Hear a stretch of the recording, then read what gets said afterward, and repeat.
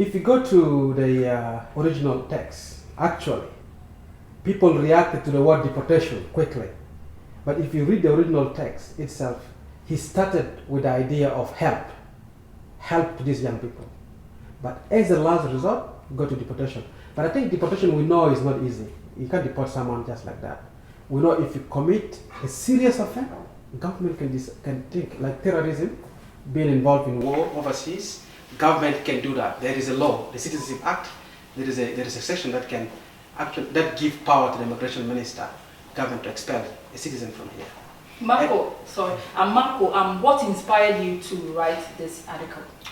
Well, I was asked Okay. by some people from the Sudanese community to comment because of my position as a lawyer. What were my views on the comments that they made, whether he was right or whether there should have been other ways that he should have suggested. So I was basically asked. Yeah, I also let out my views on Facebook, and I think Deng wrote to me and said, "Why are you attacking me in person?" I said, "Look, you're my brother, Deng. You're a lawyer. I'm a lawyer. I have no personal issue with you. The only reason why I wrote this comment against you is because of what you have said in the comments that you said in the media." That's what that was my reply to him, and he didn't reply back. So I was asked to comment on his comments, and that's what I did. With the help of the South Sudanese community leader in Victoria. His name is Manoa, and the CEO of Africa Media Australia. His name is Clyde. Clyde, yeah, no. Clyde Salumi. Yeah, I sent Clyde message to give me your number, but he didn't reply to Salumi, me. Salamu Charity. We work in coordination to get the piece published, and that's how we got it published. Going back to what my friend said, the question that I asked people, and it's really a persistent question for me, is how is deportation going to help these young kids? That's the question we need to ask them. I know people said that they made the comments out of his compassion to help these youngsters. But how? How? That's the question. That's the question I asked you before. How is it going to help? Look, I think because if you comment that they should be deported to go back to a country which is not stable, we know there's instability there. How is it going to help these people? What we need to put in perspective here, Nana, is that deportation, as said in the article, is not the first option. It's a last resort. Last resort means could be 3, 4, 5, 10 options. Maybe 11 could be deportation. It's a way of solution. Criminal lawyers, they're about maintaining peace. Okay, they have that idea. He mentioned in his article or in the interview that we need peace. People want to go home to work, come home safely. But this process of causing chaos around is more likely to harm someone. So if, in order to maintain peace, if these young people cannot reform, well, deportation is good. If they go home, perhaps their parent can talk to them, the elders can talk to them, they can be beaten. There is no rules against that. Here, they're not allowed to be beaten. What I was talking about? Yes. Here, they're not beaten. The rules here is to take your child away and put in a foster care and get spoiled.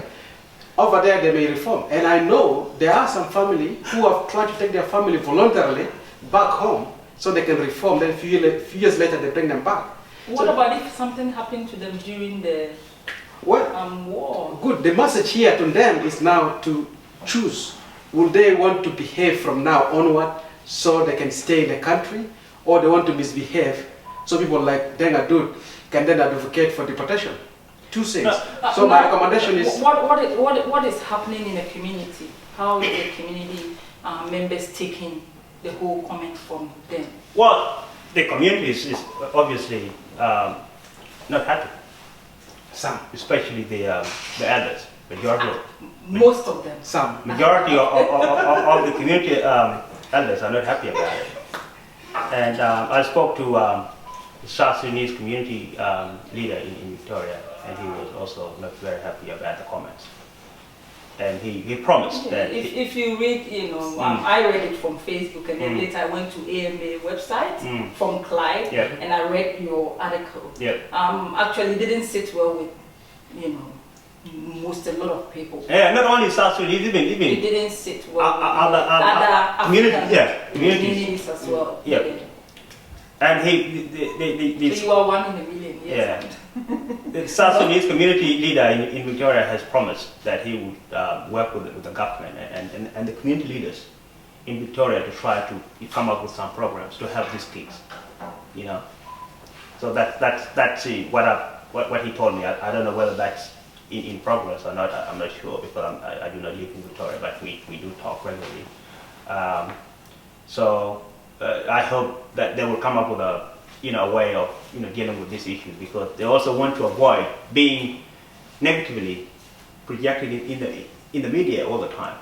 South Sudanese are bad or notorious, they're not law-abiding people. They call it, he calls it like racial profiling. But it's true in some way, because what we see in the media may not be wholly true, but at least it has some truth in it. The people the youngsters who participated in the brawl were not only South Sudanese, there were others from other ethnic communities. That's right. Samoans and other ethnic communities too. So now it has become a problem of South Sudanese, but it's not only our own problem. It's almost every community is facing these issues, of kids becoming, wild and violent in the community. It's like almost every community in Australia is facing it, and I haven't heard anyone talking about deportation as a solution. I'm pretty sure the communities are trying to come up with ways of dealing with this issue, helping the kids to get back to the normal way of life and live as responsible and productive members of the wider community. Ocholamero, this question is for you. Why would you think this youth will behave the way they behave? Do you think it got something to do with their background? Their background contributed to the behavior? Yeah, I think somewhere Adut mentioned that. Just before I answer this question, you mentioned before maybe could be 1 out of the million to support this. There are people, I've spoken to an individual. What happened is people were crying because people just focus on deportation, they forget the good stuff. The good stuff, yeah. He mentioned a lot of good stuff. So that's why people just say, oh, deportation is bad. But when I explain to some people, I say, have a look from the other corner, see from different perspective.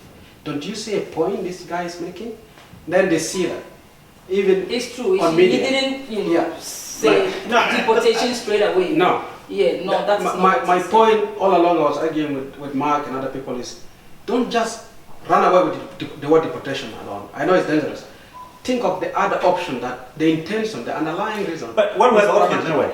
What were the options that the option that he mentioned said, government need to support these young people. They need to be supported. But if they're not supported, after offering the support, they still can't reform, and then home is a solution to them. Then the interviewer said, well, so your husband, you're recommending deportation. He said, yes. Yes. Because of frustration. I give you an example. There is a guy in US who is sentenced, I think a few months ago, to 150 years. This is South Sudanese. 150 years. Imprisonment. Yes, he's a South Sudanese. He will be dead. Yes. And there are Sudanese here who are in prison. I think last time I spoke to some elders, they said over 500 youths, South Sudanese all over Australia, over that, are in prison. So Adut is trying to come with a solution. He's really not, the intention is not deportation, but a solution, which he says will come first. So now, to answer your question, I think these young people, we all grew up in different backgrounds. We went through, we all suffered a different category. And the people who grow without parent, in fact, no one is there to tell them. There are some who grow without parent, but family, friends and friends directing them on how to behave. Yes. So when they came here, there is this freedom that people took. I've said it. Here around, even in prison, people leave home under the age of 18 or even sometimes 16, just because their mom are strong on them, they want their parent want the best out of them, but they feel like they're restricted from the freedom. Then they leave home. When they leave home, that gap of 2 years, they miss a lot of knowledge to learn from the parent how to behave, the etiquette. If you go to the public, how do you behave? Even tolerance. Sometimes I think our problem is tolerance. Our young guys go there, they drink, and then if someone step on their leg, they forget to negotiate it out. They go straight away physical, and that's what's drawing the attention of the media. Now I tell you, I've been here since 2003. There was no one day where a media came to my house and said, "You're South Sudanese, we're gonna capture you." We're the one attracting this thing. So if our young people can refrain from this, I don't think deportation will be a problem. I am for the solution. Marko, thank you. Marko, yeah, what do you say about that? No, I disagree. Look, my point, what I've said consistently is that. Do you think their behavior, where they come from, sort of contributed to what happened? It would depend on. It would depend on from a civil war the family, that they, environment that they came from. If they came from a family that have supported them, they would not be in that position. But these kids, like I said before, majority of these kids are the result of the government laws and protection laws and policies that take children away from their parents and put them in a foster care where no one is, look after them really properly. And from there, they can easily go on the street. But there is a lot of function in South Sudanese community.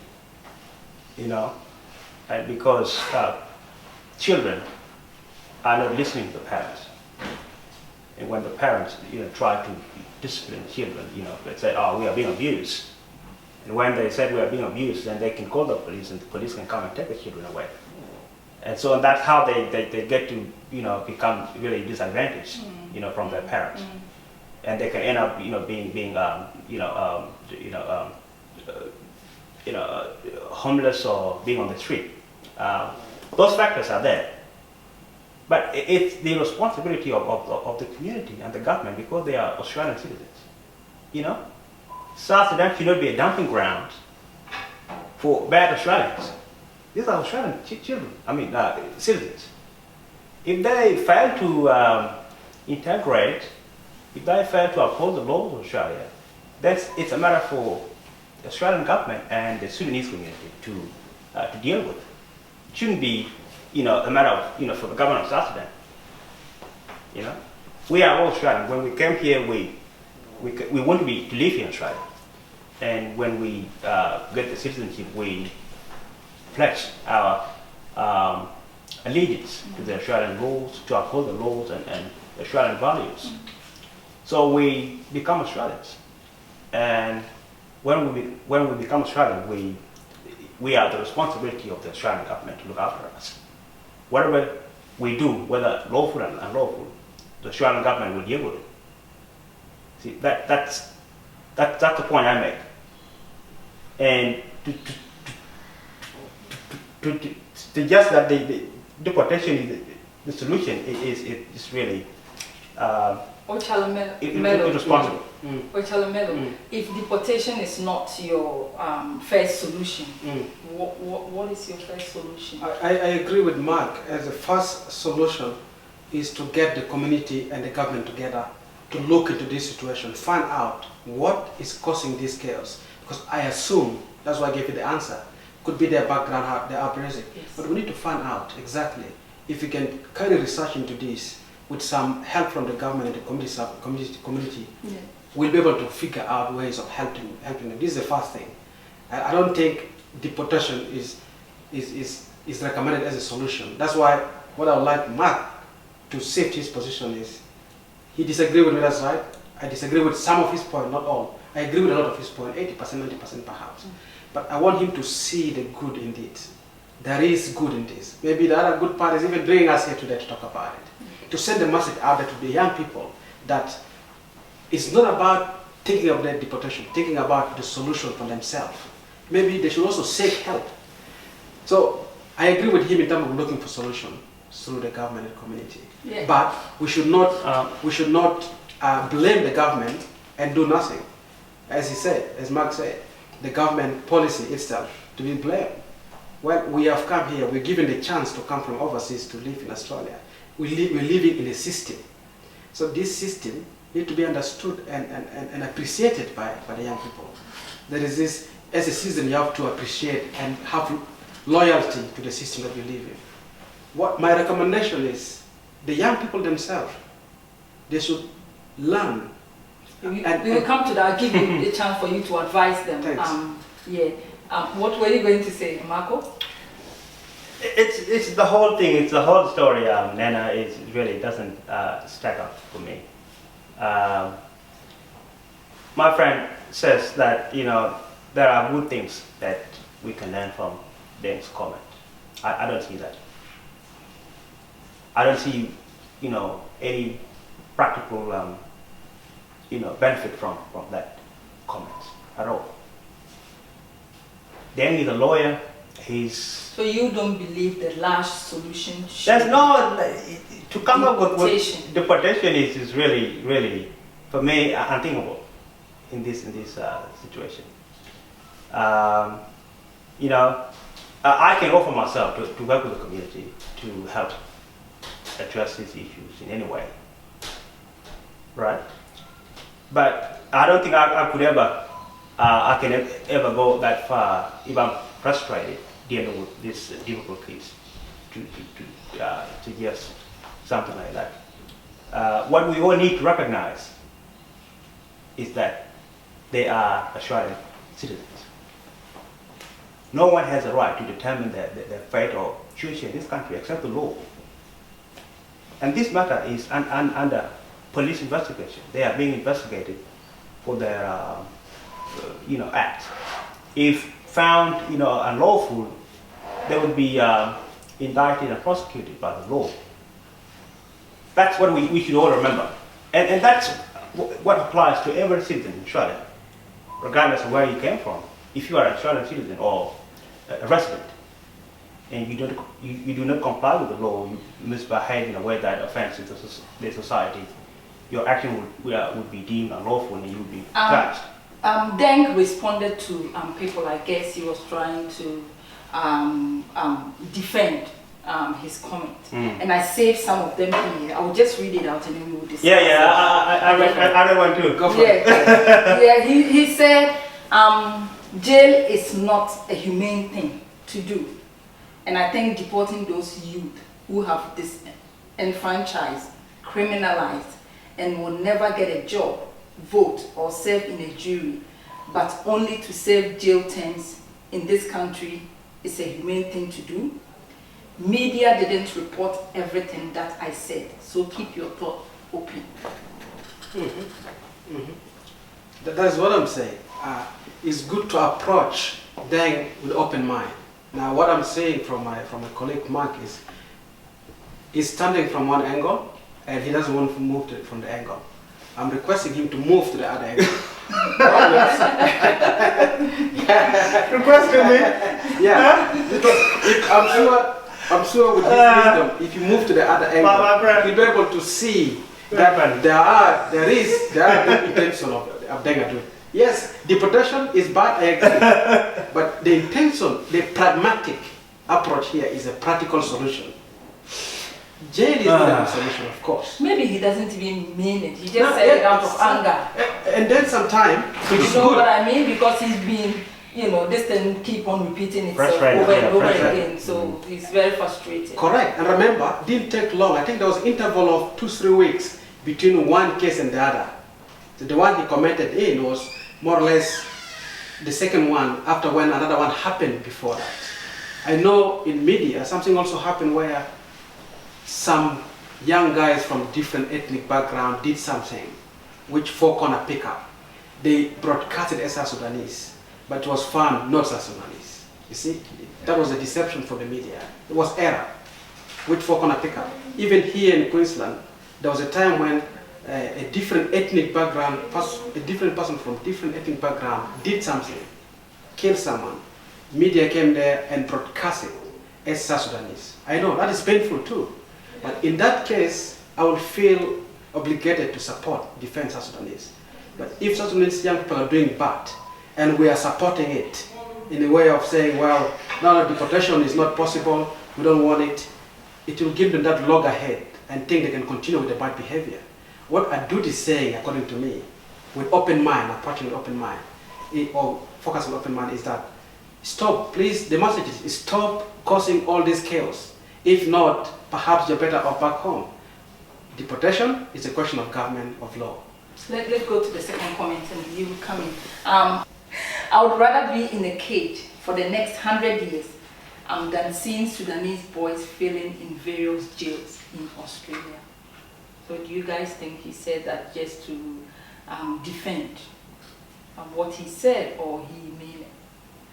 I don't know. Nana Deng knows what he said, and whether he meant it or not. I don't know Deng much, to be honest with you.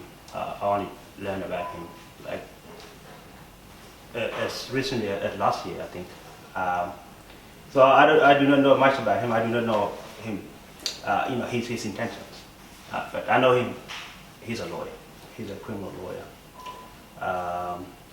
So to me, I can interpret what he said. Well, I'm because wrong. people keep on, commenting a very harsh.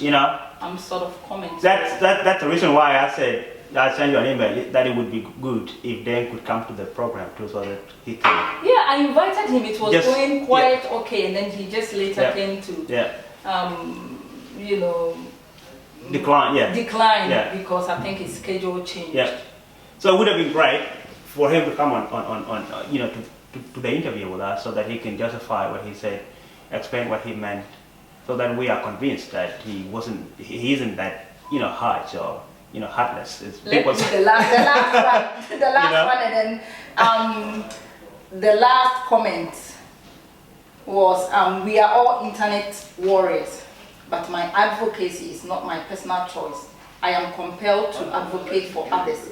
That has been far too long in justice system in this country, for they are just a stock. Stop twisting my words, just a media. I don't know what that means. I think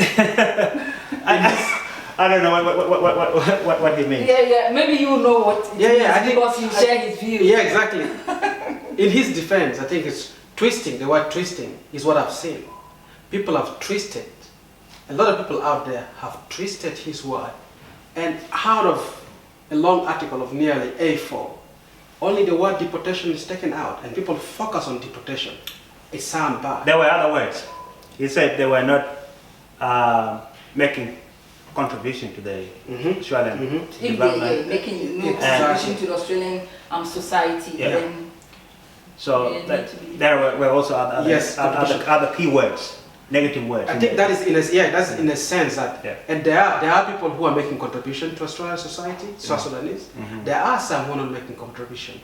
This one who drinks, they like to drink and cause fight in a club most of the time, frequently. Maybe joblessness or whatever it is. They don't do something to help themselves, and they don't help the society. We are here to help ourselves and help the society. When we work, you get tasked.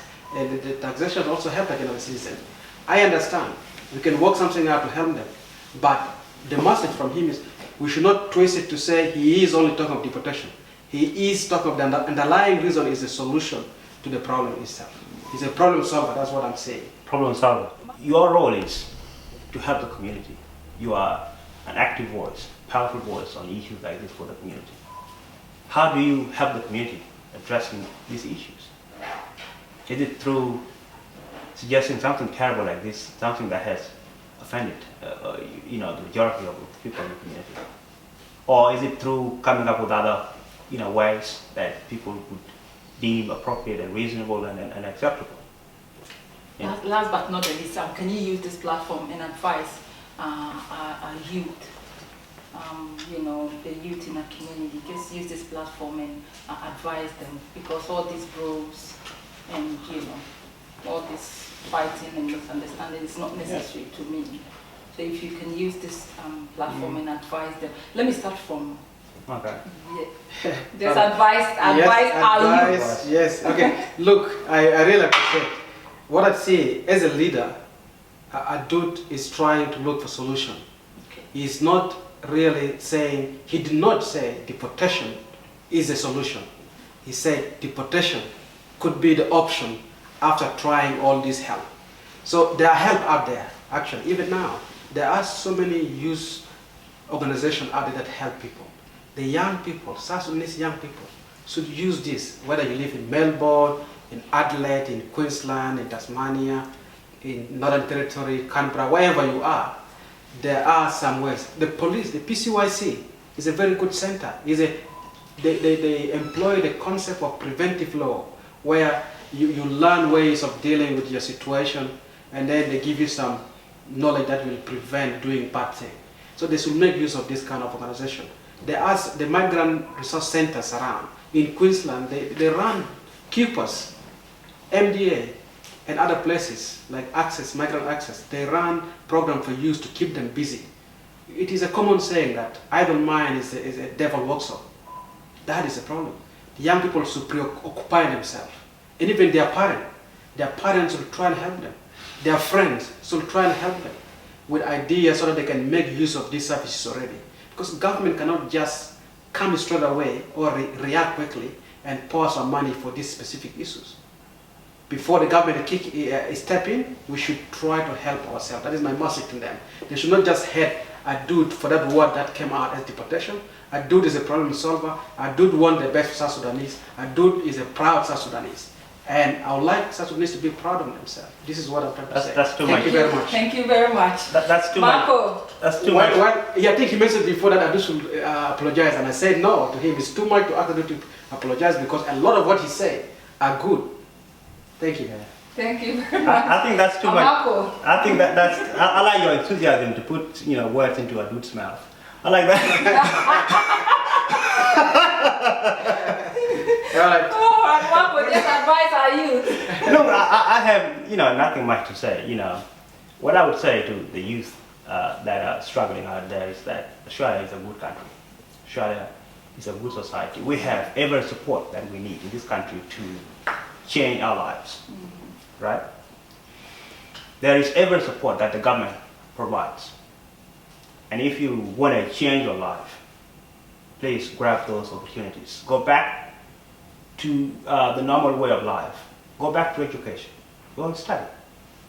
If you have a problem, talk to your friends, relatives, parents. You have parents there. No one is in Australia without any relative or friend or parents.